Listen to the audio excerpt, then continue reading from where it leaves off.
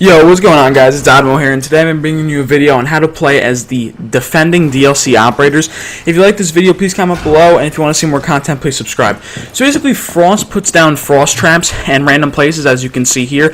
Buck gets stuck in a frost trap, and if you do get stuck in a frost trap, your team does have the ability to revive you. So that's kind of bad for the defenders, but it's okay. And if you have a frost trap underneath a window, if you jump in, you do have the ability to shoot it, as you see there. The attackers can jump over it, shoot it, and get destroyed. But overall, Frost is a pretty good operator. Now I'm going to show you here Valkyrie putting down her 3 Valcams. As you can see, I put one there.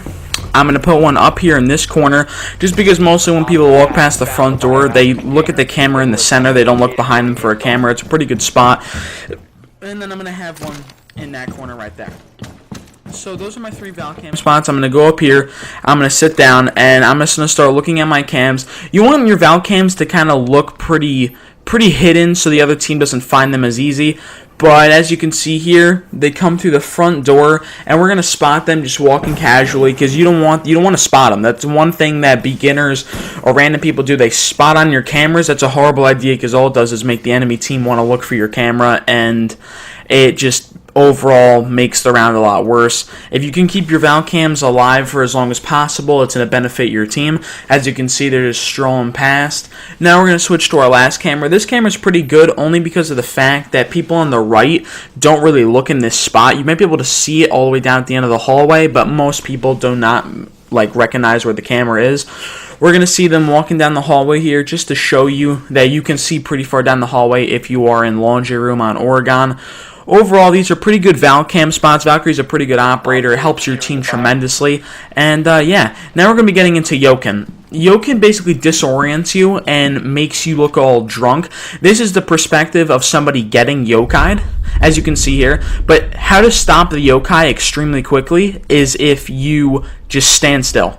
Either crouch, stand, all you have to do is sit still, and it will go away very, very fast. Now I'm going to show you an example of if you get shot with a yokai. This is for beginners. If you run, look how long it takes. As you can see here, it is going to take probably triple the amount of time for it to go away as if you were just sitting still, and it is a very bad idea, because if they notice that you're running around and they don't know what's going on, they will just come out and shoot you. As you can see, it's starting to dissipate, and now it's gone. But that's mostly with what yokai does to an enemy player. Now we're going to do Mira. This is what a Mira window looks like if you are attacking. Just a black rectangle. Now it is bulletproof. You cannot shoot it, just for beginners. Just wanted to let you guys know that. And, yeah, just wanted to show the perspective of the attackers to these operators. There used to be a glitch where you could bash it down from underneath, but that glitch got taken out, so you cannot do that anymore if people are trying to do it. So yeah, that's basically what's a view of Mira if you are attacking. Now we're going to switch to yokai. Basically, if you are playing yokai, you throw your yokai down, and you got to find a flat surface on the roof. As you can see here, I find it, I shoot him. You can see that he's a little disoriented. He starts running back. He doesn't really know that he has to sit still, but then he figures out that he has to sit still. He goes and sits back in the corner. So we're going to go over here. We're going to move our yokai. As you can see, you can move him around. You go right up there, and then we see him. He's lagging a little bit, but we do shoot him with the yokai, and he gets disoriented again, and then he starts running again. That's basically how you play as yokai. You probably just want to sit down in a corner and just disorient enemies, just so your teammates have the advantage in gunfights.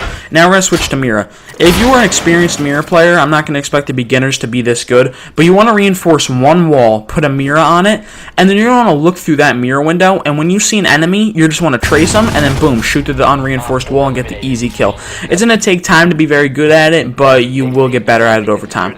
Now I'm going to show Cav. Cav, with one bullet, is going to get you down in the head.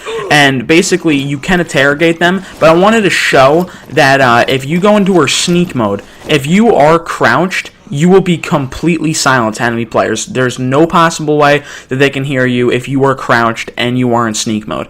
But most people think that they're silent when they're running around, and that's not the case. If you're in sneak mode and you're running, you are still able, the enemy team is still able to hear you. So don't think that you're always silent. Now I'm going to show you what an interrogation is. We don't have another player in this lobby, so I can't show you what it would look like. But if you do get an interrogation, it's basically like if somebody was outside of the area, you see a box, and you know exactly where the other team is. Now we're going to get into attachments. For the attachments for Frost and the guns, you have the Super 90, and then you have the the 9mm C1. Now, I use the 9mm C1. I use red dot and suppressor with angled grip. Most people are like, oh, why do you use suppressor? Just use extended barrel. Me personally, I don't know why. I just like the suppressor better. It works for me, so I use it. And I wouldn't advise the Super 90. And then for the secondary, you have the MK1 and the 9mm. Now, don't get me wrong. The Super 90 is good. I just preferably don't use it. Then you have the shield and barbed wire. I use the shield because I camp in the objective, but as like I said, if your teammate really wants the barbed wire to help the enemies from stopping in the objective, then you can use barbed wire. Now going on to Valkyrie. Valkyrie has the MPX and the Spaz 12. I think they're both pretty good weapons overall. I'm not a huge fan of shotguns, so I always use probably the assault rifle or submachine gun. I run holographic with compensator and vertical grip. It has a decent amount of recoil. That's why I don't use angled grip. I feel like there's too much if you don't use vertical grip, so I would advise vertical grip for this gun. And then we have the blank shooter here. Do not rely on this gun to win any gunfights for you or do anything because it is awful. Trust me on when I say that. And then for you have the option between a shield and a nitro cell. I would preferably run a nitro cell just because if you're roaming and you see like 3 or 2 people in front of you and you don't feel like you rely on your accuracy, you can throw the nitro cell, get the double or triple kill, and help your team out a lot. Now moving on to Caveira. Her loadout, she has the M12 and the Spaz 15. Now, I think they're both pretty good weapons because if you're going to be roaming, it doesn't really matter if you have long range or short range. I think they're very good. For the M12, I run red dot and compensator, and then the Illusion is the best pistol in the game. Probably one of the best guns in the game just because it does 99 damage. It gets you down with 1 bullet to the head, and it takes 3 body shots to... I think it's 3 body shots to get you down, yeah. Now, the impact grenade, I would preferably run. I don't think you should be a Cav player running barbed wire. I don't think that makes a lot of sense unless your team really wants the barbed wire. Now moving on to Echo. You have the MP5SD and the Supernova.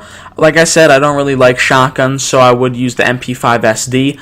I run ACOG and vertical grip just because it doesn't have a lot of recoil, but you take away some of the recoil with the vertical grip.